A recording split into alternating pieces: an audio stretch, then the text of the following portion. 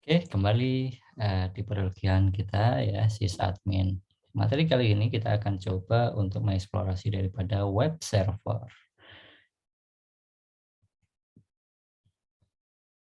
Apa yang akan kita bahas ya di pertemuan kita kali ini, yaitu pertama terkait dengan www, web client, web server, HTTP, Apache, PHP, CMS, WordPress, dan Joomla ya. Nah, di sini tentu nanti kita akan coba untuk mengeksplorasi bagaimana membuat daripada web server itu sendiri. Ya, dengan beberapa tools-tools yang sudah kita miliki ya. Apa itu sih www atau World Wide Web? Ya, di mana ini merupakan satu singkat ya daripada web itu sendiri. Ya, www itu merupakan satu web yang resource dalam bentuk berbagai media yang dapat kita akses ya diakses ataupun di-download gitu melalui internet ya dengan alamat URL. Ya, seperti contohnya misalkan www.example.com ya seperti itu. Nah, ini dapat kita tautkan ke hyperlink ya seperti itu. Nah, www ini ditemukan oleh saintis daripada seorang Inggris ya, yaitu bernama Tim Berners-Lee di CERN ya tahun 1989. Webpack ini merupakan satu web resource ya dalam bentuk file text ya di mana dengan format HTML ya hypertext markup language ya yang memungkinkan satu navigasi ke web resource lainnya. Ya, website ini merupakan satu kumpulan ya web resource yang terkumpul dengan URL yang memiliki biasanya satu domain name ya seperti contohnya kalau kita cek di websitenya Polybatam ya seperti itu www.polybatam.ac.id atau misalkan kita cek juga di website e-learning ya learning ef.polybatam.ac.id. Nah, ini merupakan satu contoh daripada URL itu sendiri. Nah, pertumbuhan daripada website di dunia, kalau kita lihat di Netcarve, ini salah satu bentuk web yang mengcrawl data daripada pertumbuhan web itu sendiri ya. Kalau kita lihat ya sampai dengan di tahun 2019 ini ya itu selalu naik ya dari 95 sampai 2019 itu naik ya di mana eh, sampai 10 miliar ya lebih ya seperti itu dalam survei Oktober 2020 ya ini menerima tanggapan hampir 1 miliaran ya situs di 264 juta ya domain unik ya seperti itu. Nah, situs web yang populer ya mungkin Anda bisa cek ya di mana yang paling sering dikunjungi ya ini Anda bisa cek di nmap org.favicon ya di mana di sini ada Google, Facebook ya, Yahoo, YouTube, Twitter ya dan lain-lain. Nah, kalau kita melihat dari sumber Alexa ya di mana Alexa juga meranks ya daripada beberapa set ya contohnya ada set yang pertama itu ada di Google ya YouTube ya kemudian Baidu ya dan seterusnya. Nah, web client apa sih sebenarnya itu web client ya web client itu sendiri adalah perangkat lunak ya di mana pada umumnya itu meminta halaman web dari web server yang menggunakan apa protokol HTTP ya seperti itu. Nah, protokol HTTP ini digunakan untuk komunikasi ya antar klien dengan web servernya itu sendiri. Nah, contoh daripada browser ya yang mungkin sering Anda jumpai ada Firefox, Chrome, Internet Explorer, ya Opera, Safari ya beberapa seperti itu. Nah, kalau kita lihat daripada alur kerja atau tata flow daripada kerja seperti apa sih web client itu request dan juga web server merespon ya ke klien ya seperti itu. Nah, web client terpopuler kalau kita lihat di sumber W3 Counter trennya itu ada Chrome ya, nih di warna hijau. Ya, seperti itu. Tetapi untuk yang tren Edge ataupun Internet Explorer ini turun ya, cenderung turun. Kemudian ya ada kenaikan ya, di mana ini tentu ada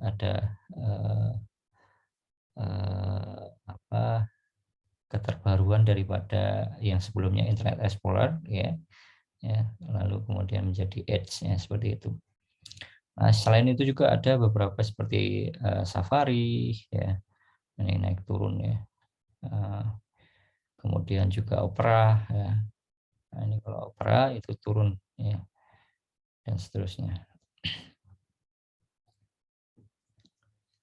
Nah, apa sih protokol HTTP itu sendiri ya? HTTP ini adalah Hypertext Transfer Protocol ya, di mana protokol itu adalah tata cara komunikasi antara web client ya, seperti itu. Nah, komunikasi web client ini ya dengan web server secara umum, dan garis besar adalah web client itu mengirimkan daripada request HTTP ya kepada web server.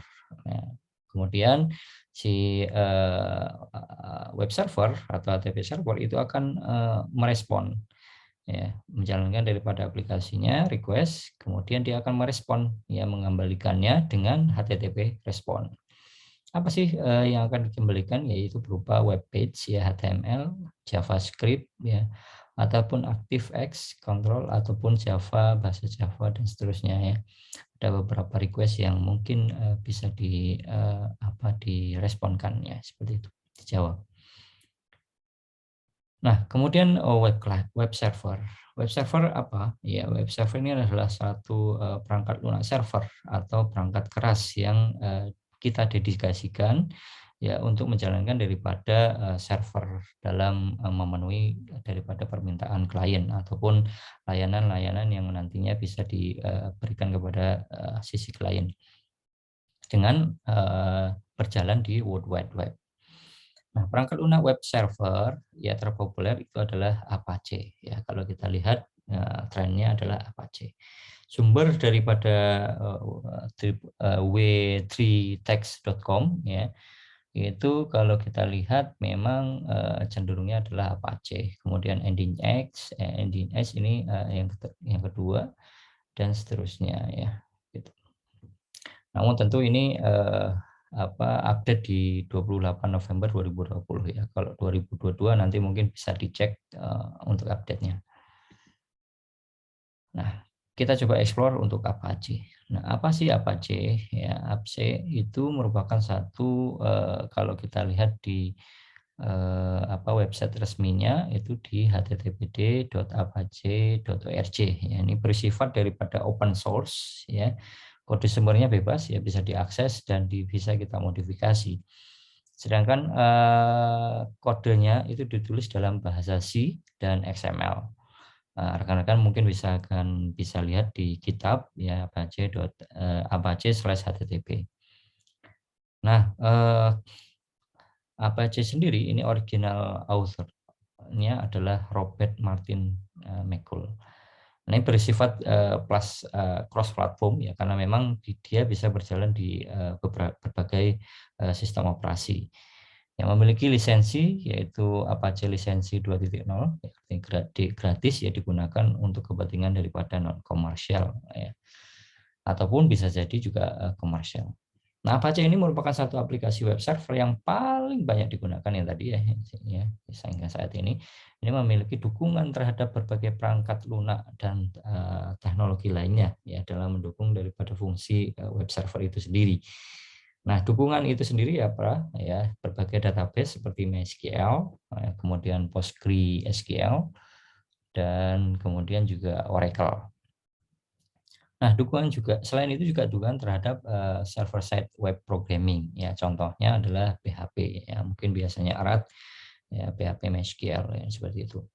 Nah, sedangkan untuk client side programming ya, biasanya Anda akan menemukan yaitu HTML, CSS, ataupun JavaScript. Apa itu HTML, CSS, JavaScript, dan PHP ya. Kalau kita lihat HTML ini sendiri adalah bahasa markup language ya. Seperti itu. Kemudian CSS ini adalah bahasa bagaimana kita untuk mendesain style ya. Yaitu menjelaskan daripada elemen HTML yang nantinya akan kita tampilkan sehingga akan menjadi lebih baik ataupun lebih menarik. Nah, kemudian untuk yang JavaScript sendiri itu adalah untuk pemrogramannya. Ya, pemrogramannya sendiri itu ada di JavaScript. Nah, kalau di halamannya tadi adalah mengatur halamannya itu adalah HTML, sedangkan untuk mengatur daripada tampilannya itu ada di CSS, sedangkan JavaScript untuk codingnya atau pemrogramannya. Nah, kalau kita melihat di JavaScript-nya sendiri itu adalah untuk bahasa di client side-nya. Sedangkan untuk yang server side-nya, Anda bisa memilih dengan menggunakan PHP. Ya. Nih, ini adalah bahasa daripada script server dan alat yang mungkin bisa ampuh ya tentu untuk membuat satu halaman web yang dinamis ya dan tentu interaktif. Ada feedback, ada database yang kita store ya seperti itu. Koneksi ke database-nya ya maksudnya. Nah, PHP ini adalah satu alternatif yang mungkin bisa kita gunakan karena dia efektif ya dan efisien, tentunya juga gratis ya. Nah, selain itu Anda juga bisa menggunakan ASP ya. Nah, namun ASP ini ya tidak gratis ya seperti itu. Kemudian Anda bisa mempelajarinya ya dari bahasa pemrograman web ini sendiri itu ada di w3school.com ya. Di sana lengkap sekali bagaimana untuk memanipulasi ataupun mengkonfigurasi daripada tampilan web. Nah, kalau kita lihat di sini ya, tentu kita bisa mengaksesnya menggunakan daripada beberapa browser ya, di mana data yang kita dapatkan ya atau direspon oleh server ya, itu dalam bentuk HTML, CSS dan juga JavaScript-nya ya, sehingga akan nampil bentuk halaman web seperti ini ya, seperti itu. Oke, nah kalau kita mengeksplorasi HTML, CSS, JavaScript, dan PHP ini tentu ini adalah untuk pemrograman yang natif ya yang bisa kita gunakan mulai dari nol. Sedangkan untuk CMS sendiri adalah Content Management System yang dimana ini sangat memudahkan daripada mungkin sysadministrator di dalam pengembangan daripada website ya. Biasanya kalau diminta untuk membuat satu website kantor ya atau institusi ya ataupun yang lainnya seperti itu yang harus secara instan ya seperti itu. Nah, ini sangat cocok sekali. Kenapa? Karena aplikasi CMS ini sendiri adalah aplikasi yang berbasis web ya untuk membuat dan mengelola daripada konten situs web itu sendiri. Nah, ini bisa untuk apa? Untuk misalkan membuat wiki, mesin blog, ya ataupun forum diskusi, ya ataupun website-website instansi tadi ya.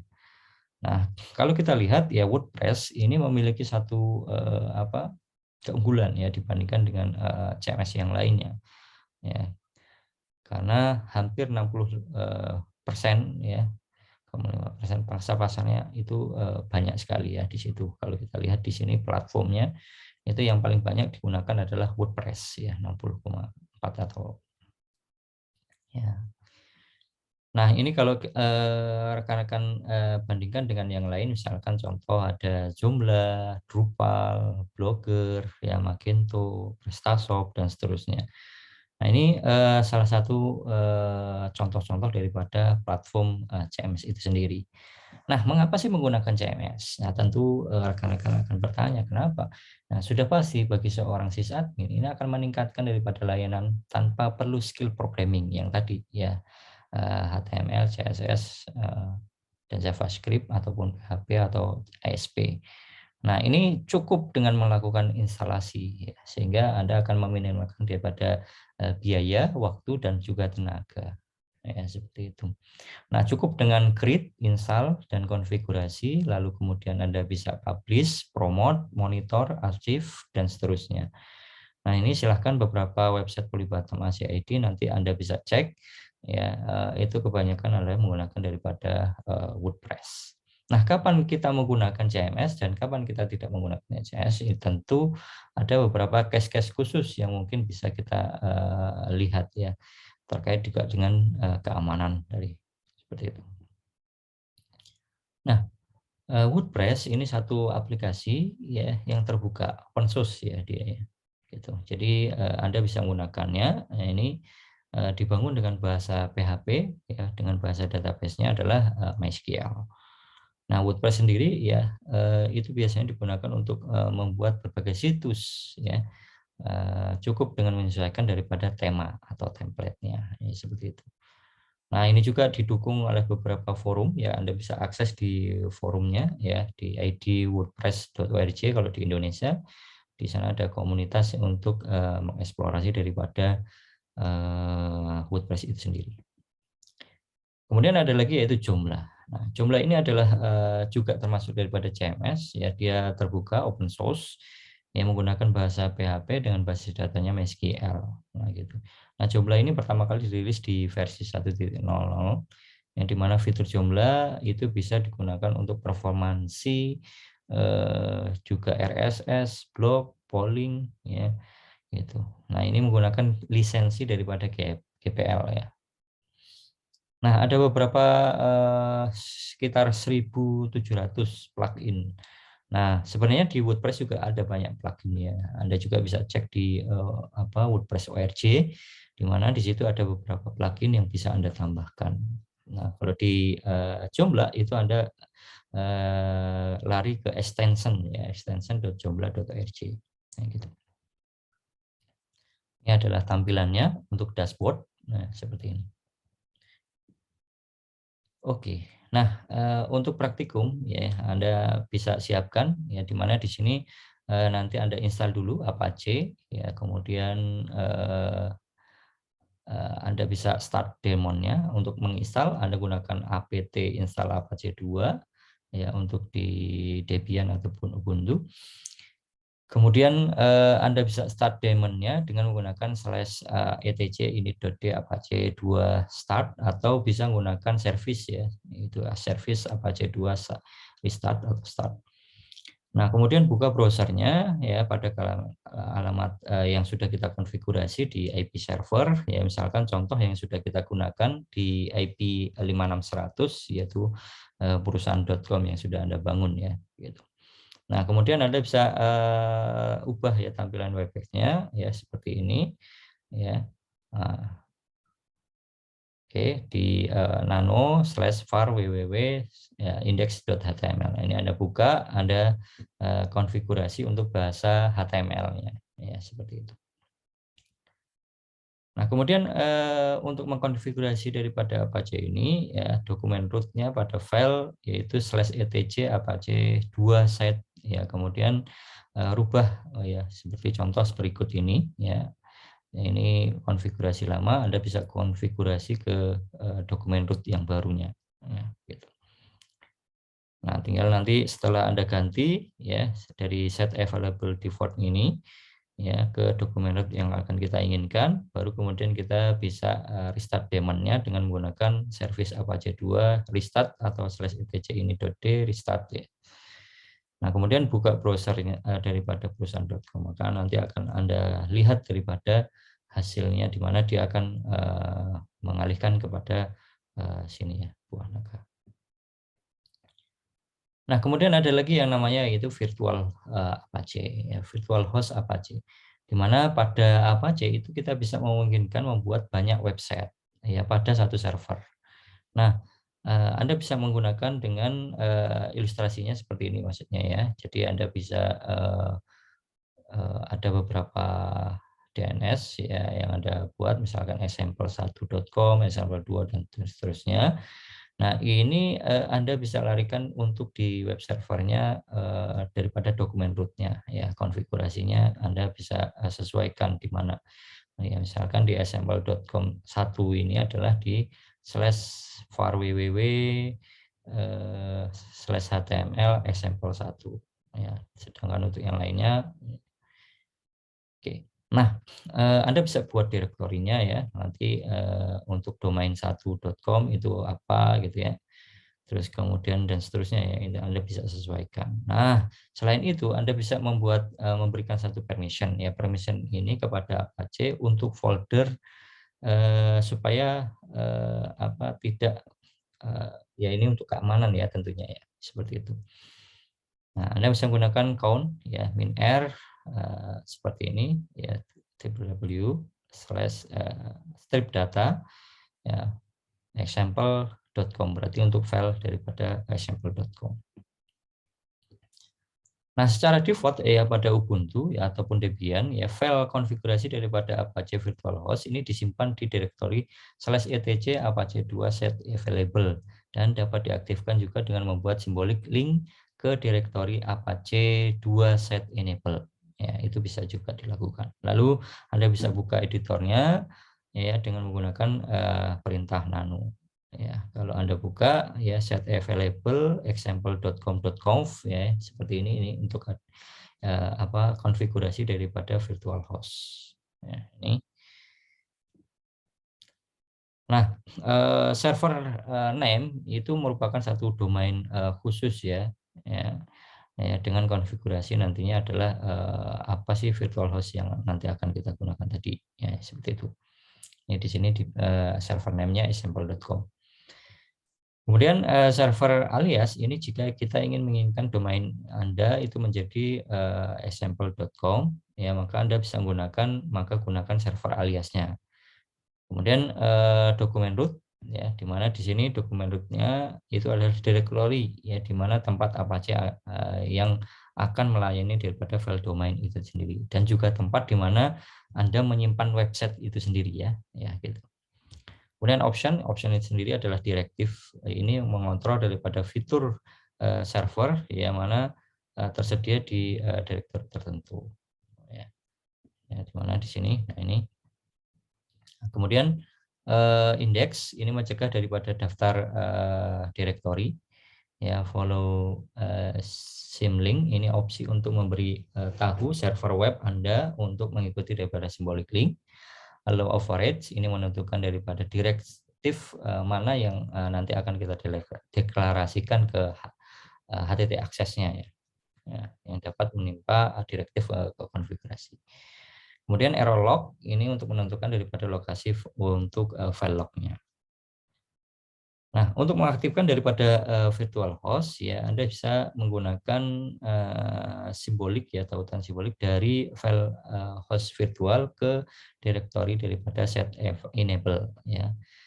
Oke, ini yang nanti dibaca oleh Apache 2 saat startup-nya dia.